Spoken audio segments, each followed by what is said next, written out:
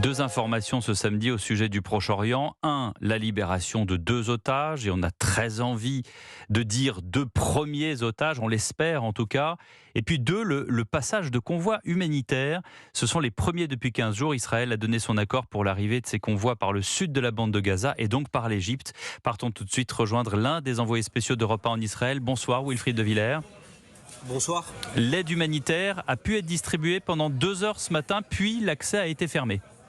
Oui, la porte du terminal de Rafah a été refermée en tout début d'après-midi sur demande des autorités égyptiennes. D'ailleurs, Washington, tout comme l'ONU, réclame une réouverture durable du seul point de passage non contrôlé par Israël pour rentrer dans Gaza. 20 camions chargés d'aide humanitaire ont tout de même pu passer la frontière. Alors, ce qu'il y avait à l'intérieur de ces camions, des médicaments, des fournitures sanitaires de premières urgences, 60 tonnes de nourriture et 44 000 bouteilles d'eau. Une aide essentielle pour les Gazaouis qui vivent sous blocus israélien depuis le 9 octobre.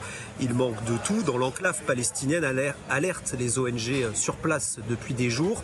Des ambulances ont également pu entrer dans la bande de Gaza pour prendre en charge la population. Ce premier envoi d'aide humanitaire résulte d'un accord négocié mercredi entre l'Égypte, Israël et les États-Unis. Le président américain Joe Biden dit avoir bon espoir que d'autres convois suivent dans les prochains jours. Des négociations sont toujours en cours.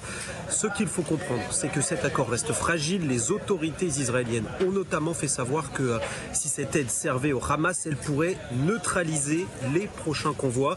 Et puis enfin, sachez que si le terminal de Rafah, côté égyptien, donc, a été ouvert pour envoyer de l'aide, il reste totalement fermé dans l'autre sens, notamment pour les civils palestiniens.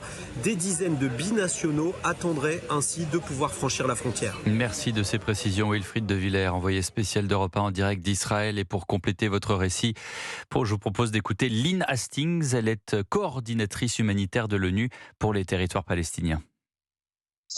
La première étape consiste évidemment à distribuer les produits qui arrivent aujourd'hui aux personnes qui en ont besoin et à l'endroit où elles se trouvent. Nous sommes en train de confirmer et de discuter avec toutes les parties de la mise en place d'un approvisionnement quotidien, soutenu, cohérent et croissant. C'est ce qui doit se produire et ne peut pas s'agir d'une opération ponctuelle.